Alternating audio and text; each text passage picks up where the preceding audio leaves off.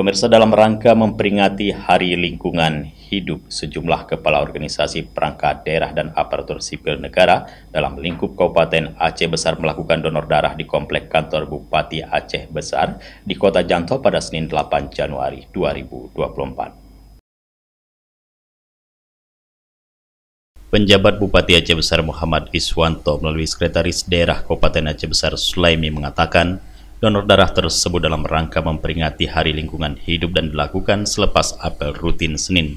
Dalam kegiatan ini terkumpul 58 kantong darah.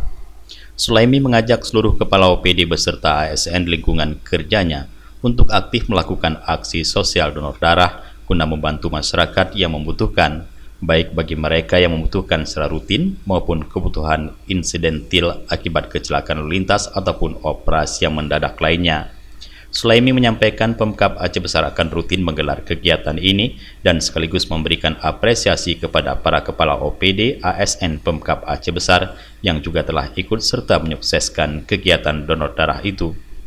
Lebih lanjut, Sulaimi menyatakan, mendonorkan darah merupakan amalan yang sangat berfaedah dilakukan oleh setiap orang sehat di tengah langkanya stok darah untuk kebutuhan berbagai rumah sakit, baik yang ada di Aceh Besar maupun di Kota Banda Aceh.